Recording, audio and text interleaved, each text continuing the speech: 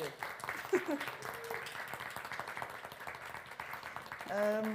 Hello, and welcome to the final day of Courage Festival. I'm Emily O'Brien. I am the editor of Fat Era, a new publication about fatness in Ireland, and also the co-director of Boomers. And I'm delighted to be here today with writer and activist Dr. Charlotte Cooper to discuss the second edition of her book, Fat Activism, a Radical Social Movement. There will be a Q&A at the end, but before we start our conversation, I'd like to invite Charlotte to read from Fat Activism to start us off. Okay, hang on. I'm also going to do this. All right, well, my name is Charlotte Cooper, and let me have a think. I'm feeding back. I'm a mid-sized, middle-aged, fat, white working-class dyke wearing black shirt and jeans and a colourful scarf printed with a volcano design, and I have tattooed hands. And I want to extend a warm welcome to those of us here in person today. It's Sunday. Feels a lot earlier than it actually is. And also to people joining us remotely. And many, many thanks to Courage for the event, and especially Emily and Ashley. And I wanted to dedicate this talk to the beloved memory of my friend and comrade, Cap Jose. And I've been told that not many people here in Galway know about fat activism, and it may well sound really outlandish, but it does exist. And I've been thinking about it for some time, and perhaps we'll discuss that shortly. But for now, I want to bring you into my world a bit. And it might feel a bit strange, so please don't be scared, I'll be gentle. I've been published all over the place, but this is my third book as a sole author, and I hope to write many more. And a book is an ongoing relationship. This one has its roots in my early scholarship of the 1990s, and then my PhD, which I completed in 2012 at the University of Limerick. And it was first published in 2016, and this is the second edition, which appeared last year. So we've been going steady with each other for some time, and I'm very interested in time. I think of fat, queer, feminist activism as a lifelong project. It's a struggle for liberation, personhood, and the liberation really of all beings. I'm especially interested in genealogies and generations of activists. And today, being here, I'm aware that we're in the presence of more waves and more fat activisms. So fat activism, a radical social movement, is not a universal statement. It reflects my own identities and privileges, but it is an attempt to map a small corner of the movement and to reflect the grassroots knowledge and concerns of fat people rather than that which are frequently imposed on us. And so over the course of several years, I talked to people that I knew, I talked and listened at events, and I explored archives and did a lot of desk research. And I used queer theory to try and make sense of what I found, which is a somewhat hidden culture of thinking about and understanding fat that comes from the civil rights movement, the 1960s, West Coast North American culture, and various feminisms. So I was going to read you a little bit from the introduction to give you a bit of context, and then I'll read a slightly longer bit. It'll take about less than 10 minutes. So let me find the introduction. Okay, so this is the very first bit. Fat people are a fact of life, part of the fabric of humanity. There is evidence that we have existed for many thousands of years. We are here. There are many who would prefer fat people not to exist, but we are here regardless of whether or not we're allowed or supposed to be here. Fat people are as valuable as anyone else, and our existence reveals important things about how societies operate. And as a psychotherapist, that's my day job, I'm interested in the ways in which people might grow towards hopes and dreams and express agency, by which I mean the capacity to choose and act independently, even within restrictive social contexts, basically to really live. And I see activism as a strategy for developing what Judith Butler calls livable lives, and to do this in contexts that are extremely trying, as well as creating social change. How can and do fat people try and make livable lives for ourselves and others? That's basically what this book is about. So I begin by examining what others have already said about fat activism, which in my opinion is quite limited and doesn't reflect my own decades-long experiences of the movement or its everydayness. And I go on to argue that different kinds of research methods are needed in order to unlock knowledge that has already been generated by fat people. and I describe how my peers do fat activism, and I locate these actions in historical and geographical contexts. I ask, how did fat activism reach me, and chart a particular genealogy from coastal USA in the late 60s to Europe in the 1980s and beyond.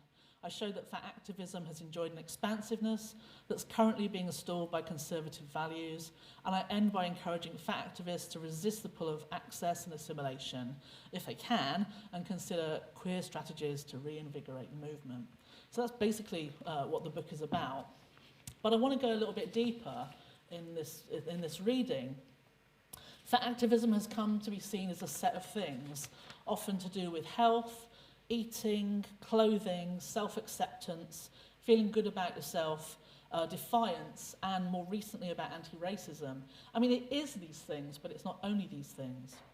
And what I love most is non-conformist fat culture, the stuff that confounds normativity. What helps keep me alive is the stuff that happens on the edges, the weird and indefinable fat activism, the small acts, even the interventions that fail. I think they're important because they're the spaces where things grow. So I want to give you an idea of these edgelands. So I'm going to read a slightly longer passage from the preface to the latest edition, which is about my work in live art, which is where my own activism exists these days. I'll try and find it. Oh, I was going to do a bit of business with trying to find the page so that I could show off my lovely bookmark from the festival. All right, so this is a section called Going Further. I've often felt that my own activism is illegitimate and illegible, too strange, but very powerful nevertheless, even magical. Many fat activists don't quite feel good enough, and in my case, this is because I've measured myself against standards of propriety and respectability that I don't much care about. My observations in this book were sparked by the mission of getting a PhD, which entails a need to be legible to a hierarchical institution. But in retrospect, I wish I'd gone further into the weirdness. I've been interested in performance for a long time, but conducted my creative life in secret until I was in my early 20s. This was because I was largely disenfranchised from art and theatre and suffered a lack of opportunity and support, and sometimes ridicule. Instead, I took a DIY approach, making self-funded, self-directed, small, cheap, non-virtuoso, but also commercially viable products. It wasn't until Swagger, which ran from 2013 to 2017, which was a performance that served indirectly as an apprenticeship into dance and live art, that I could name and recognise my own practice. Alexandrina Hemsley and Jamila Johnson-Small, whose collaboration is called Project O, invited me to work with them and taught me how to create movement scores, encouraged me to develop as a performer, and welcomed me into a community of artists. They showed me that political art doesn't have to be literal or spoon-feed its audience. There is power in mystery and ambiguity that allows people to interpret the work for themselves. Swagger gave me confidence to bring my body into my cultural work and activism. It enabled me to appreciate the expressiveness of my body as I perform. And through Swagger, I learned that it was possible to use my body as a site of inquiry and research through movement, an approach that's rare even within fat studies, which is an academic discipline that I helped establish. This has been revelatory and has become the foundation of my ongoing practice in movement. And over the past 4 years, kind of on hold because of the you-know-what, Kay Hyatt and I have been spending time at the dance studio regularly to explore questions we have about what it is to be fat, how we move, how movement can help us, and about aging and infirmity. This is exciting and emotional work. We've used these sessions to create movement scores that have been used in interventions. But is it healthy as a dance that is a response to the impossible question that inevitably arises when one talks about fat in public? And if any one of you wants to ask, but is it healthy, you'll see the result of this intervention later on. So I did a dance basically called Is It Healthy? I danced this dance at a talk about the Fat Olympics when someone asked me if it was healthy to be fat. But in November 2016, I had an opportunity to expand the score. I was invited by the Wellcome Collection in London to talk about my book. Now, the Wellcome is one of the world's most prestigious medical museums, and as part of a redisplay in 2007, it installed an obesity gallery that dripped with hatred and contempt for fat people. And central to this display was a large sculpture of a diseased, headless, blob-like figure on legs, as well as an array of weight loss products in a display case. There was food art by an artist who is fatphobic and has made work with fat suits. And visitors were actively encouraged by the welcome to take selfies with the sculpture, which were then published in one of the museum's social media channels. These images formed a gallery of thin people's horror, disgust, and ridicule of fat. And there was a token voice recording of a fat person in the space, but no substantive critical perspective. So I did a sneaky thing, which is that on being invited to talk about the book, I asked if it would be possible to perform in this gallery. And after some consideration, this was agreed. So I made some beats on my computer in my 50s, using a soundtrack of recorded voices from the first feminist fat activist working meeting from 1980. I wanted to bring fat feminist histories to the space and to show that we have been here for a long time. Been here, God, it's coming through, isn't it? It never leaves you, never leaves you. So I wanted to bring these people into the space to show that we've been here for ages. I made a zine called The Blob, which expressed my thoughts and feelings about this display. And Kay Hyatt and I performed the Is It Healthy score to a crowd of mesmerised people. We danced hard for about 30 minutes and it was incredibly intense. We sweated and drooled, stalked and postured, gestured and refused the terms of the space. We used our bodies. The audience was totally with us. It was a wonderful feeling of solidarity and anger at the misrepresentation and hate that had been allowed to be on display for so long. It turned out that staff at the Welcome were also in solidarity. Later I heard from a tour guide who used the zine in his tours of the gallery, and much later still, I received an apology from one of the managers for not understanding the hurt that the display had caused. And the obesity gallery was taken down as part of another redisplay, but I like to think that our unorthodox intervention had some influence in this powerful institution of how to represent marginalised and medicalised fat bodies. And I hope to keep dancing But Is It Healthy in other locations, and I consider it a resource within my body and potentially within the bodies of other people that can be drawn on whenever the impossible question is raised. And even if the dance isn't danced, it's encouraging to know that it's there. So this is the last bit now. Thank you for being patient with me. Sometimes I think fat activism is a ludicrous enterprise, but then I think, so what? I'll be your clown, because my life would be impoverished without it. In this preface, I've tried to explain a bit more about the kind of researcher and fat person I am. I've talked about how world events have altered activism more generally, and fat activism specifically.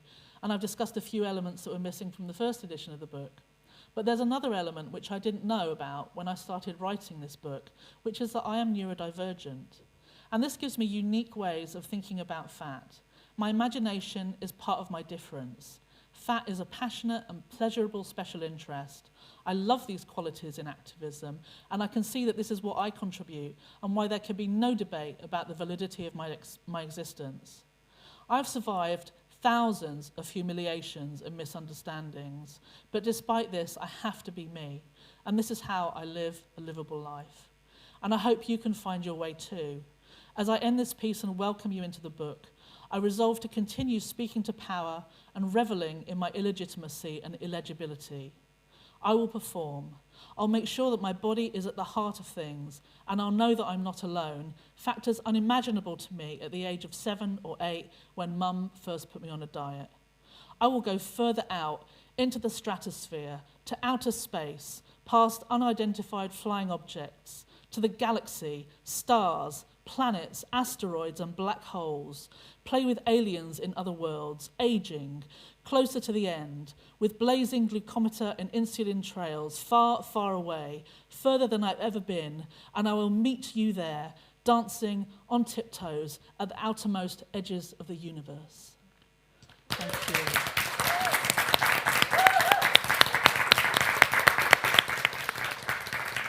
Thank you so much, Charlotte. That was amazing. Thank you. First of all, I just want to say that the book is absolutely incredible, and I would say vital reading for anyone involved with fat activism, whether they are well seasoned or just stepping into that world. There's some copies down the road at Charlie Burns, by the way. It's amazing, incredible. And yeah, so your book is obviously about fat activism, as the title would suggest. And reading it as someone who has been fat their whole life, it put a lot of what I've felt and thought into words, which is extremely important for anyone. But fat activism, or even using the word fat as a derogatory term, is relatively new in Ireland. And just for those who don't know, like, how would you explain fat activism? That's an easy question, but really quite hard to answer. It's very broad. Because I sort of don't really know what it is in a funny sort of way. It's lots of things. It comes from different sort of origin stories, but the parts that I'm interested in, originated in the late 60s, the west coast of the States. And I think of this as a feminist project around repudiating hate and about finding ways to live your life. And people do it in loads of different ways. The idea of activism is generally an idea that you're carrying a placard, you're signing a petition, you're involved in a kind of political process. But through my research, I found that activism, through the people I talk to, people do activism in lots of different ways. So, it might be that wearing a particular outfit might be an activist moment. It might be that having a bad thought might be an activist moment. I'm interested in, the activism that fails. That's still activism. It can basically, this is a kind of crap answer, but it can be anything. Yeah. And I'm not even sure really that there's a sort of a unity to people's, rationale for doing things. Yeah. It's completely disorganized, which I think is its strength. Yeah. So it's sort of this sort of strange, I think of it as a strange social movement that has multitudinous people involved, lots of different aims, some of which are legible, some of which aren't. People tend to think it's one thing or another, as I was saying a moment ago, think it's about clothing or feeling good about yourself or about rights or about that. I mean, it is those things, but there's also, these other kind of edgelands to it as well. Yeah. So, Yeah, that's what it's quite nebulous. It is nebulous, that's the word, that is the word, yeah. Like even thinking, I am fat is is a thought. Yes. Yeah. And what brought you to fat activism?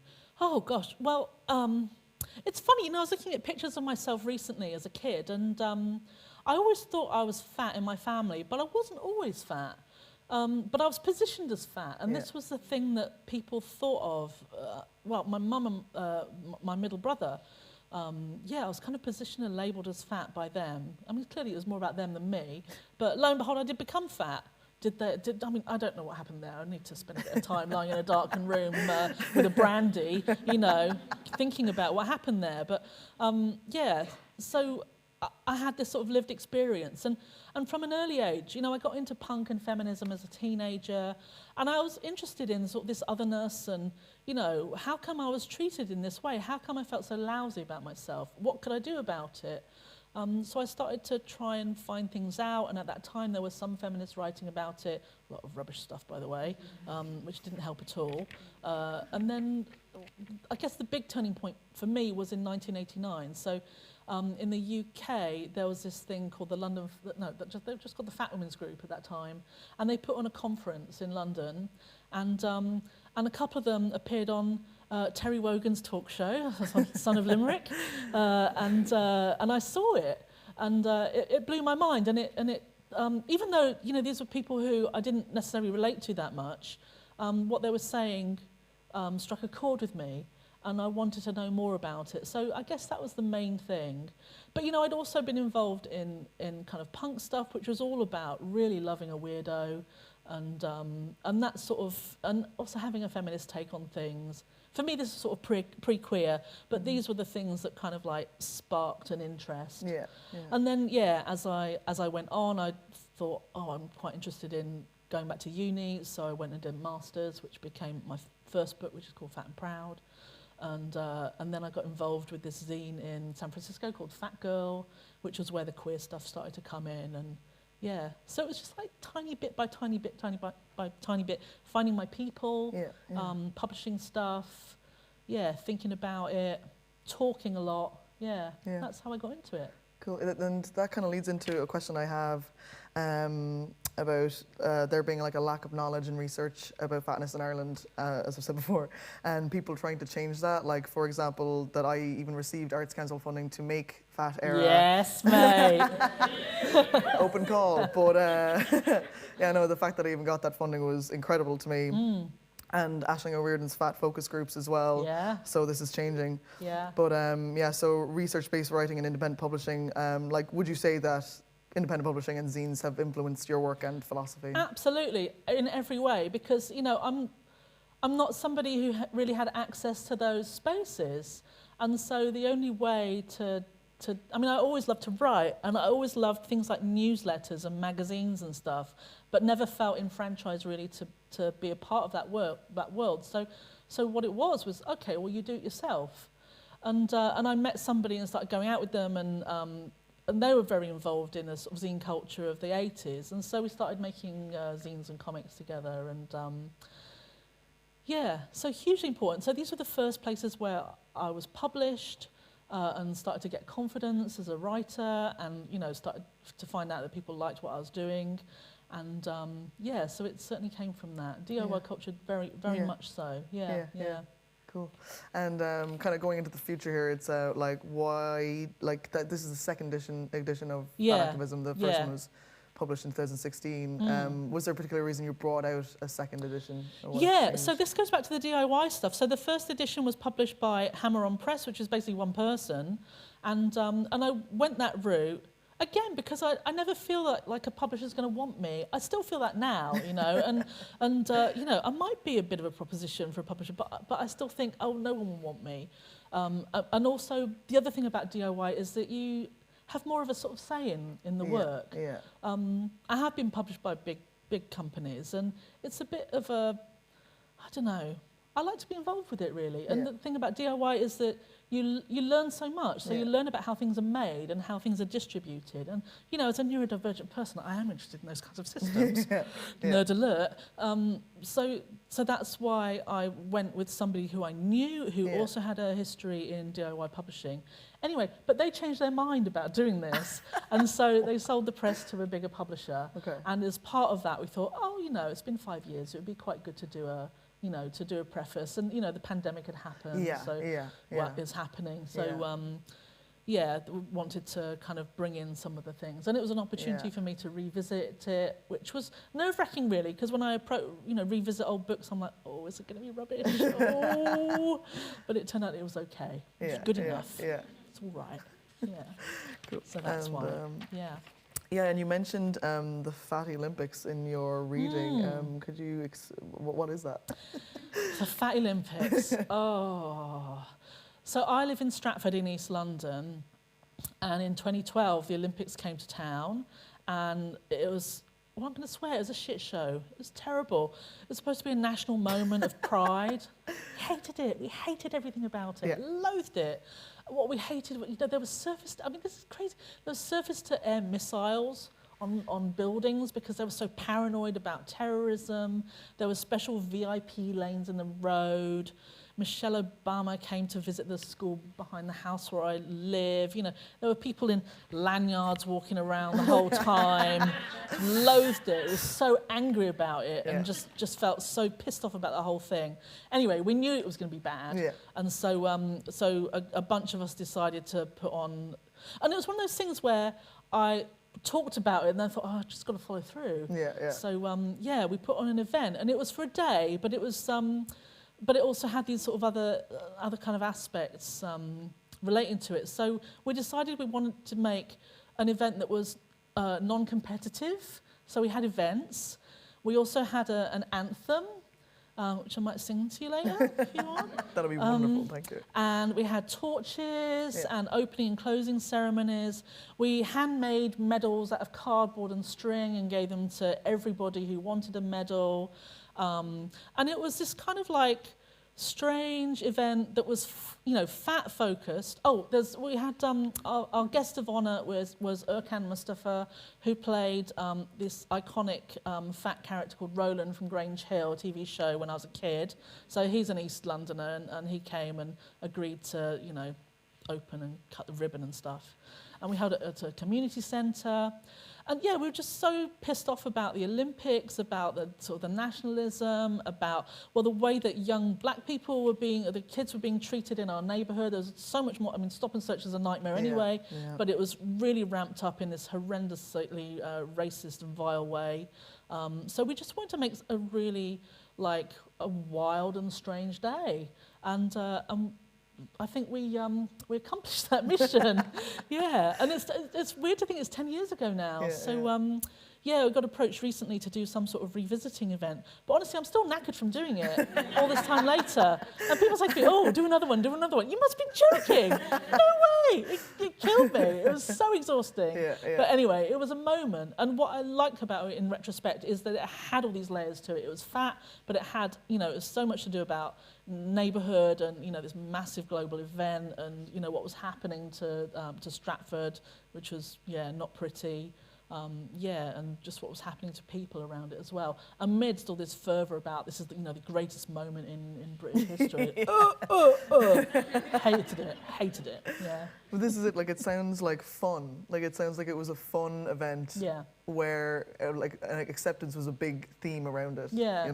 And that's what I kind of wanted to go into, because I know that you talk about the gang, the Chubsters in your book. Yes, yeah. And also just the event like the Fatty Olympics, and just like as a way to come together as fat people. And yeah, again, like things that are fun and like not taking yourself so seriously as activism. Yes. And just kind of recognition as well. And it's just way different to what the average person might think of when they hear the word activism. Yes. That it's just like crack. Yes. I just want to know, like, what inspired you to put together these kinds of fun things instead of... Yeah. Well, I've been part of activist groups where you sit around in a circle and just, like, do this. I didn't want to do that anymore. Yeah. And when I met people who were doing stuff that was fun, I was like, oh, why don't I do that? I should do that instead of this kind of stuff. Yeah. So, I wanted to... I mean, if you're gonna take risks, it's good to do something that's going to be engaging. That's going to, that you're going to want to do. You're not getting paid for this stuff, so might as well have a good time while you're doing it. And for me, the good time is often about mischief. It might not necessarily be a belly laugh, but it might be about, I got away with something sneaky and cool here. That's the pull of it for me. So doing something a bit subversive and pleasure, really, more than fun. About having a good time. I think that's important. Yeah, definitely. That kind of leads into, again, because like the thing that really struck me about your reading and the book is that line about like the fact that fat activism is prone to being ridiculed, and that it is sometimes, it can feel like a ludicrous enterprise. But then you say, so what, I'll be your clown, because your life would be impoverished without it. This struck a chord just because there are times where it is a struggle to have confidence in the legitimacy of being a fat activist. Yes. Because people will laugh. People will laugh at you because that is kind of what fat people have been used for. Exactly, what fat people have been used for in television and everything, just something to point and laugh at. So again, I think that's like really important to have those kind of organizations and events to be like, there's pleasure in this, and if you laugh, so be it. But yeah, I guess the question is, have you ever had to pull yourself away from that seriousness of activism? Like, have you ever felt the pull to do just the seriousness of it? Well, I think it's funny. I love things that have lots of layers to them, and I also love things that are funny and serious at the same time. You don't know whether to laugh, but you don't know whether you should be about it. So that's the draw of things that I do for me. They usually have some subversive humour to them.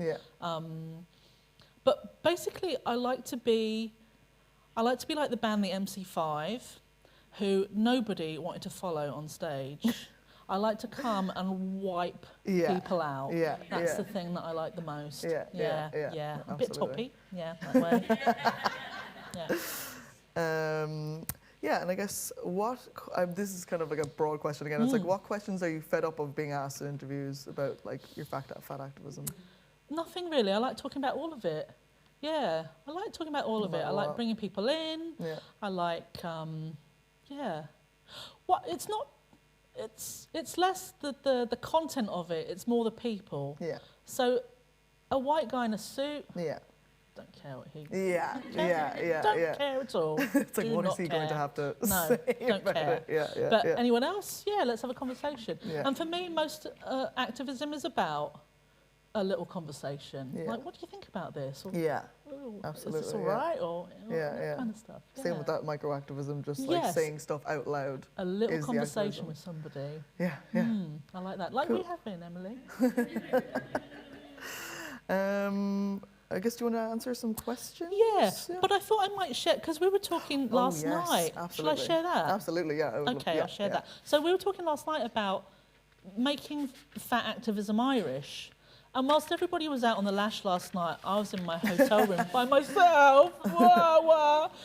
And I thought, what does fat mean in Ireland?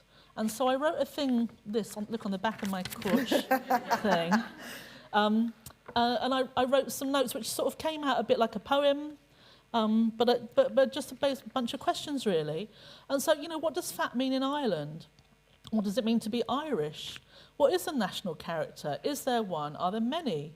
How does it relate to fat? Is it about shame? Is it about guilt? Is it about pride?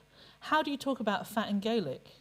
What was imprinted on Irish people by English colonials, and what was lost? And what difference does the partition of Ireland make? And where is fat in Irish literature? Was Brendan Behan fat? Are there fat characters in Sally Rooney's work, in Yeats? Where is fat in Irish folklore, in folk music, in pop and rock? Can we talk about Van Morrison's double chin? Who are the fat icons? Who got thin? Who got fat? Who yo-yoed? What are the fat stereotypes? What do Irish feminists say about women's bodies under patriarchy? Is the figure of the mother fat? Is this a problematic statement? Is the goddess fat? How is fat classed? How is it racialized? How are disabled and other bodies positioned in relation to fat? Who are the fat queers in Ireland? Also, I want a brief shout out to Siobhan McSweeney. And what do Irish diaspora people pick up about fat and send home? And what has migration brought to an understanding of fat here? And what's the cultural relationship to starving? And can this help us understand dieting? And is that a problematic association? And what does the church say about fat and morality? And what does the government say? And what do you learn about fat in school and at home? And what kind of a sin is fat? And it's not my place to answer any of these questions because I'm not from here and I don't have the knowledge anyway, but I bet there are people here, right in this room, who do and who have many more questions besides, much better questions than me. Thank you, Sarah.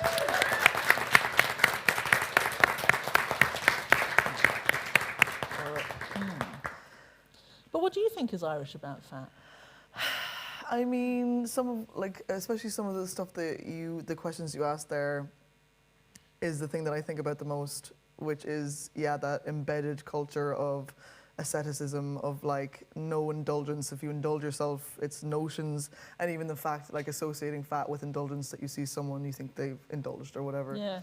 That's kind of what I think about it the most in terms of that, keeping yourself in, don't let yourself out. Yes. And talking about being fat is so explicitly that people, I think, shy away from it maybe a bit more than they would in, let's say, where it started in America or even the UK, where, even the punk culture there would be way, I think, more, people would feel more comfortable doing it, you know? Yeah. It's funny, the punk stuff, because the punk people that I wanted to be were all basically skinny heroin addicts. I didn't want to be a heroin addict, but I wanted to be a skinny, heroin looking kind of person. And of course that was never me. I'm round.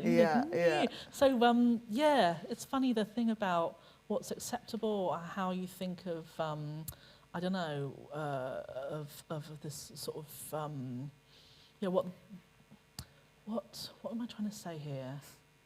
I think being fat is what very counterculture punk. Looks like.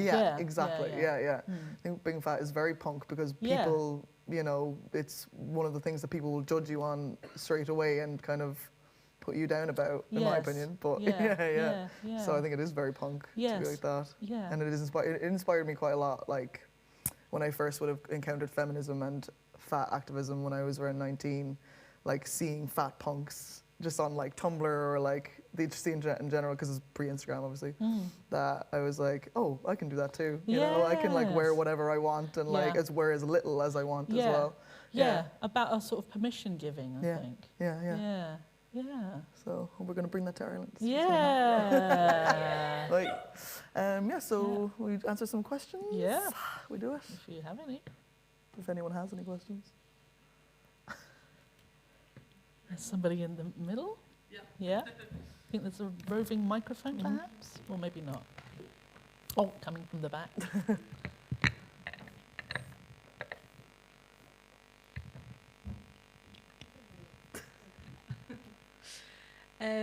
So just as like you talked a lot about kind of work on the fringes, and as a dancer yourself as well, I'm just wondering, have you seen Lizzo's new show? No, I haven't. No. Okay. No, tell me about it. No, I'm really, I'm a fart who stays at home. No. Well, No, tell I was me about just it. What's it wondering like? because it's on Amazon Prime, which is like quite mainstream, Yeah. and obviously she's very mainstream, and it's all fat dancers. Oh, wow. And fat is only talked about in kind of neutral or positive terms.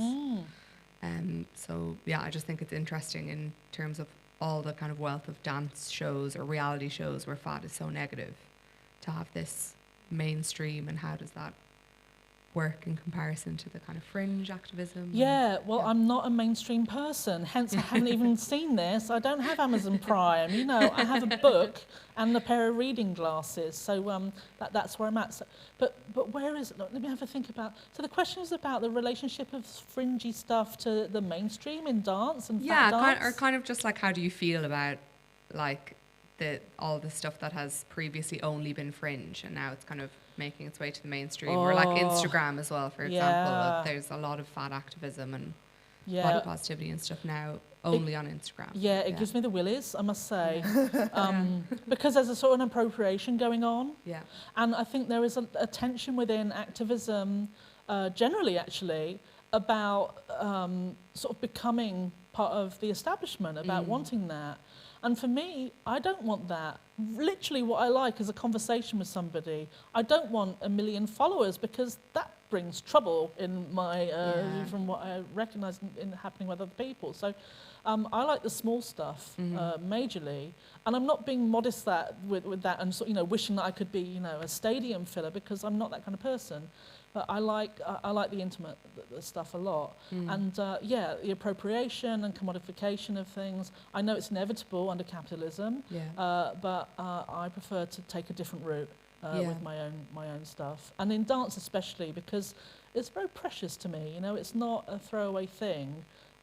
It feels like a gift to myself and to other people. And I'm not selling that for peanuts.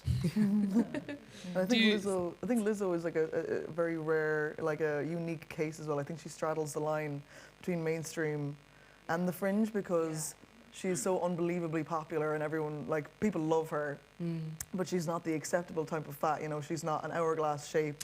Yeah. And she is bigger, but then exactly like we were saying, it commodifies it. It kind of just like makes it palatable, and how effective can that be then in the end, But she's a tradition. She comes from a tradition of black performers, of black women performers, of fat black women performers as well. And it's Absolutely. that I'm not that person. She is, and she can get on with it. Good luck to her. She's But do absolutely you amazing. think there's a place for that big mainstream broad stuff in fat activism? Yeah, of course. I mean, there's room for everything, I think. It doesn't have to be one or the other. And the last thing I want to do is kind of poo-poo somebody else's thing. Yeah. Get on with it. It's the mixture that matters, in my opinion. Cool. Thank you so much. All right, thank you. I Hi. think it's on. Yeah. On that note, I wanted to ask about how you feel on skinny writers writing fat stories, not only fat stories, but also fat characters, and about maybe the misrepresentation on it. Yeah, bug her off. Bug her off, yeah. I think we should be writing our own stories. Yeah, it reminds me of my friend Jason Barker, who's a filmmaker, and he told me years ago that a company wanted to make a documentary about it. He might have made this up, actually, but anyway, I'll tell the story. A documentary crew wanted to make a documentary about him because he's an extraordinary person. And at the end, they wanted, they were going to get this giant crane in and do a final shot of him walking down the street by himself, alone, you know, a bit of tumbleweed, you know, just a sort of lonely artistic figure. And they wanted to, sort of make out that he was a sort of lone wolf character. But he said, I'm not going along with that. I've got loads of mates. You know, I'm not lonely at all. I'm part of lots of things. And there was something about the misrepresentation of otherness that really bothered me. So yeah, if there were loads of fat people making stuff and being commissioned all over the place, I wouldn't have such an issue with it. But at the moment, it's not like that. And I don't want my stories to be stolen and controlled and transformed by people that don't have my lived experience. I think it's essential that people like me, and not like me as well, that there's a plethora of perspectives and stories, that it's not one or the other. I prefer thin people to button it for the time being, and make a bit of space for other kinds of stories. At the same time, you know, there's always this kind of ambivalence about it. I don't know if there's this sort of... So I'm interested in this sort of concept of essentialism, which is an academic term, which means that because you're one thing, that's who you are. So I don't mean to say that a fat person's story is going to be any better than a thin person's. Well, it probably will be. No. But, because maybe a thin person is like a fantastic writer, and your fat person, you know, can't hold a pencil. But I want to give space and chance for those stories to emerge, and to see what happens. And it's okay for people to cock it up. But I do think, you know, it's time really. It's time that we told our own stories and owned our own lives, and didn't let the director, you know, do this sort of crane shot of, you know, lonely figure, because our lives aren't really like that. Yeah, and that's kind of the thing. It's like a lot of the things I've read about fatness would be non-fiction or just like research-based, which is kind of why I started Fat Era, so that it would be a space for fat people to just, you know, again, like have fun or write what they wanted to write. And for other fat people, well, anyone to read those stories and be sourced by actual fat people. Yeah. I'm very much interested in narratives, and part of my therapy work is around the stories we tell ourselves, and, you know, what would you edit, that kind of thing. And I think there's a real hunger for stories, more stories, because the story of fat is so reductive. It's, you've eaten too much, you have to exercise and be thin. The end. And that's a very boring, stale story. And I don't want to hear it anymore. I'm over it. We have someone in the middle here. Hello. Thanks. I'm finding this talk really interesting. I'm over here. Can't see you at all. Oh, well. Oh yes. Hi. I was wondering if you could talk a little bit more. I know you mentioned at the start that in Ireland, actually using fat as a non-derogatory term, we're actually kind of unfamiliar to that in some circles. And I'm just really interested in that. I'm wondering if you could talk a little bit more about that. Okay. Well, this might be more your area than mine. I mean, I can talk about 10 years ago when I started my PhD, but that, you know, we have to time travel for that. Maybe not so interesting. I mean, I guess it's a broad question. I guess where I would start with that is, like, I kind of avoided it for a very long time, and I still do occasionally, because it is something that I get self-conscious about. Like, even people asking about this event, being like, what is this event about? And I'm like, fatness. And you can see that they're just like, oh, what? I don't know. And welcome to my world. And even the other day, like, somebody was like, well, how do you know, quantify a fat person? And I was like trying to describe, I was like, oh, well, I guess where you begin is that, like, there's straight sizes plus size, which is, you know, straight sizes up to, I guess, 18, and then plus sizes anywhere, UK 18, and then plus sizes upwards from that. And they didn't know what straight size meant. So I guess, and it's only recently now that, like, talking to Aisling and talking to Clara, and even the beginning was kind of tentative, like, I'm fat, are you?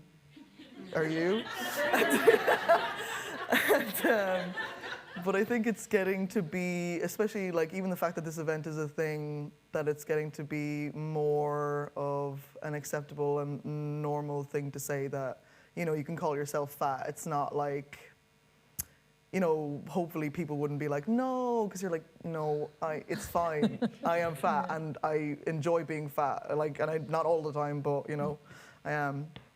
And hopefully again with Aisling's work and my work as well, that hopefully it will become more of a normal thing. Does that answer your question? Or in some way? It definitely does. Yeah. There's some of my early work was about coming out as fat. Yeah.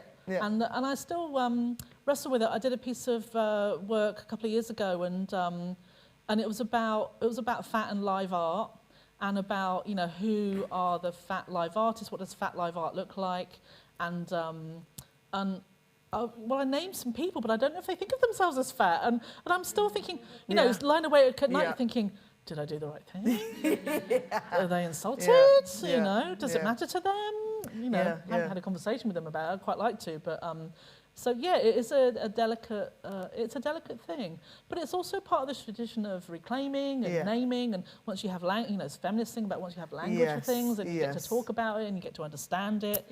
I did a zine and republished it as an e-zine called the Fat Activist Vernacular, which is a whole glossary of fat activist terms, which I, you know, mostly made up, and about sort of, you know, giving language to things, having a vocabulary for it. I suppose.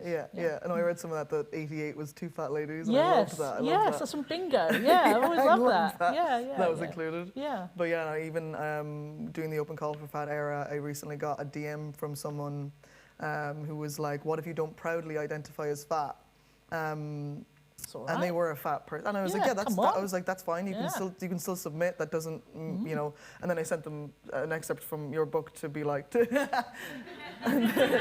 just to be like, you know, it was basically I think it was the very first page, the definition that you get the footnote about what, like how you quantify it or can't quantify it. Do you want to hear it? Yeah, I would love to. All right. There's a lot of footnotes in this book, which I didn't plan for. You know, a book I really love is The Third Policeman by Flann O'Brien, which is mostly written in footnotes. So I kind of, went from him. So yeah, this is what I think of fat as. I consider fat a form of non-normative embodiment. There's an academic in me speaking, relating to the presence of adipose tissue. I resist using body mass index to measure or categorize fat because I reject the medicalization, moral stratification, and commercial exploitation of fat bodies that BMI engenders. Similarly, I'm unable to name a way to which one becomes fat because this disregards the diversity of how people embody fatness or are socially positioned as fat. Like all bodies, fat bodies are not static. They age, they get fatter and thinner over time. They may become increasingly or less disabled. They may be changed by disease, decoration, or the life course, and they are socially constructed. There is no universal measure or mark that constitutes what is and what is not fat. Fat exists in context and experience. Fat people know who they are and are known as fat by others. And yeah, so I go on. Yeah, that's how I think of it. Thank you. Yeah. Because I just loved that. That's why I was like, and you just read this and then you see if you still want to submit. It's quite handy, you know, if someone has a question, well, I got this book, you know, you can have a look. That's exactly why I was like, I think that everyone should read it because it really does put, you know, words to the thoughts and the feelings. Yeah. Thank you. Yeah. Hi, hello. I'm up here at the back. Hi, Sue. How's it going? You mentioned before the relationship between I think it was fat activism and feminism and queer theory and queer activism and anti-racism, and I'm just wondering how those things would seem to be on their own, at least unrelated. I'm just wondering how they come to be related with fat activism. How do they come to?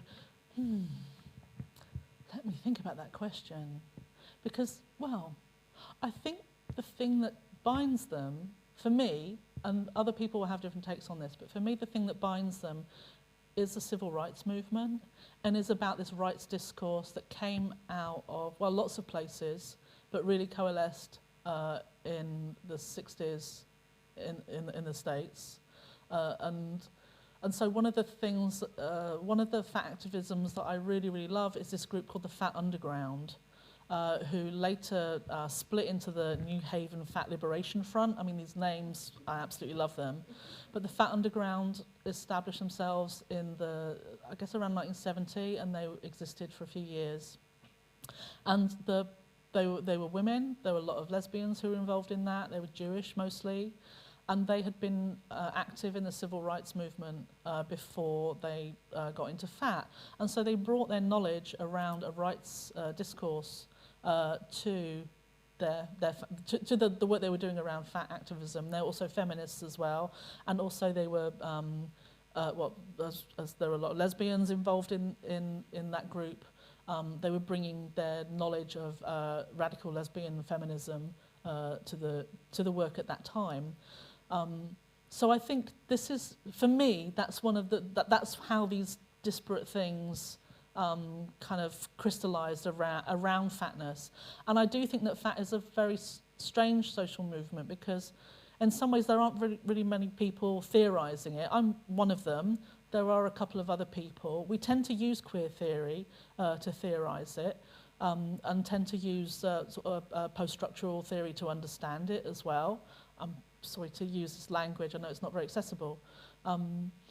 So yeah, it's kind of allied theoretically and through rights and through civil rights especially, which is rooted in the experience of black people and also Irish people as well, of people in India. These are the little things, I think, well, not little things, these are the areas that kind of come together a bit like ingredients in a mixing bowl. And that's how I think they relate to each other. But recently, there has been a lot of identity-based work. So there have been much more emphasis on black people talking about what it's like to be fat and black. And of course, intersectional theory has been hugely important as well, at looking at these lots of different ways in which people are positioned as social beings too. So that's how I think it goes, but your mileage may vary on that. It does depend, and there are lots of different ways of seeing it as well. Brilliant, thank you. All right, hope you're taking notes. Hi, Emily and Charlotte. Hi. Sorry, I haven't talked in a little while. Little voice. Hello. I just wanted to say that, I really appreciate you writing that piece, Charlotte, last night, because I think it's very hard to kind of understand, especially being Irish is many things, and it's complicated, and being fat is many things and it's complicated. And I think it's so wonderful that you took the time to write that and kind of set out those questions that I'm going to be thinking about. I'm going to want that piece of paper afterwards. And I just wanted to say thank you for that. A pleasure. I was thinking, I told this story downstairs in the green room, where, by the way, the spread is out of this world. And I wasn't going to say this in public, but I'm going to say it anyway. I thought about these questions while I was in the tub in the hotel. And now this tub looked bigger than it actually was. And I was a bit like an egg in an egg cup in that tub. And because I displaced so much water, I only needed about that much water in the tub to cover me. But as I came to the end of these thoughts, I thought, okay, got to get out of the tub now, the water's getting cold. I nearly got stuck. It took me about 15 minutes to get out of that blooming tub. And I thought, this is not how the story ends today. It cannot be. I'm coming to court to talk about fat, and there'll be a headline in the local paper saying, fat author, Coach, stuck in tub, fire engine, I thought it cannot end like that. So I did manage to get myself out of the tub, but this is the context in which these very serious chin-strokey thoughts took place. Nearly getting stuck in the tub. I kind of feel like that about the seats in here as well, so yes. You're not alone. Yes. You know what? Oh, God, it's all coming out. I made a thing out of a pair of oven gloves and some bits of plastic that I could, if I went to the theatre, I could wedge in around my arse so that the seats wouldn't dig into me. And, because, there's been this pandemic, haven't had much of a chance to use it, but I do keep it in my bag. I think of it as my assistive device. Yeah. Oh, God, I'm so weird. Sorry about that. I can't believe I said that. I'm just sitting beside Ashton here. I have a question. So probably like many of us, I grew up in Ireland, and I had a mum who or the experience of fatness was something my mum was afraid of getting, you know? And I remember a man coming to the farm and saying, "You've all the curves, but in all the wrong places." So I'm also a mum now recently, and I'm also a teacher. And I think a lot about the best way to talk about fatness with children. You know, I've seen books where the butt of the joke is the fat character, or I remember teaching opposites to very little people, and we said, "What's the opposite of thin?" And they said, "Fat." Ha ha ha ha. You know, and I often wonder what's the right way, or what's a good way to speak about that to children. I don't know. I don't know. It's a minefield. I mean, it's a real minefield, and I don't know what it's like here, but in the UK, you know, there's been this project for some time now, which has been about measuring children, which has been about obesity epidemic rhetoric, which has, I mean, caused so much damage. So that might be a similar context that you're working with. I mean, I don't think there is a right way other than to keep doing what you're doing, to, you know, try and encourage children to think differently. Try and find materials that aren't fat phobic. Yeah, because it makes you wonder what is it like, and there will be, what's it like for the fat kid in that class too? Yeah, yeah. You know, which was me. Yeah, maybe direct your work. Yeah, try and be inclusive. When people laugh, try and draw attention to it. Or why are you laughing? What's so funny? Yeah. Because that's the thing. It's like that's why it's so systemic that it obviously starts at home. That the parents, like people in general, are you know, kind of they just make fun of fat people, or you know, or kind of look down on them. Yeah, and it's such a pernicious form of oppression as well. Yeah. Because it's hard to repudiate that. Yeah. Because the more you do it, the more funny you are. Yeah, yeah. Because I remember being called fat as a kid. Yeah. And it feeling like being speechless, just being like, I have absolutely nothing that will have the impact of that to you as a thin kid or whatever. Yes. So yeah, I guess just like system, man. Yeah. You got your work cut out for you. Yeah. Anybody else? Shall I sing a song? Yeah. All right. Yeah. Okay. So I'll sing the Fatty Olympics anthem to you, which I haven't sung for a while, so I might forget the words, but let me try and remember. And at the end, it's got this do bit, so you can join in with that if you want to. Okay. All right. Okay. Oh, I'm going to stand up, actually. Okay. So I wrote the words, and Verity Sussman, who I absolutely love, wrote the music to it. And it goes like this. If you're looking in the mirror and you don't like what you see, try to dream of social justice.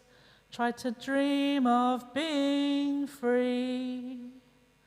Trapped in the shadow of a corporate beast. You don't have to fuck people over to survive. You can try a different way. Maybe today we'll learn a new way to be alive. It won't be perfect, because things never are. But when we're feeling sad, we'll remember our day messing around in the park. Do do do do do. Do do do do do. Do do do do. Do do do do do. Do do do do do. Do do do do do. Do do do do. Do do do do.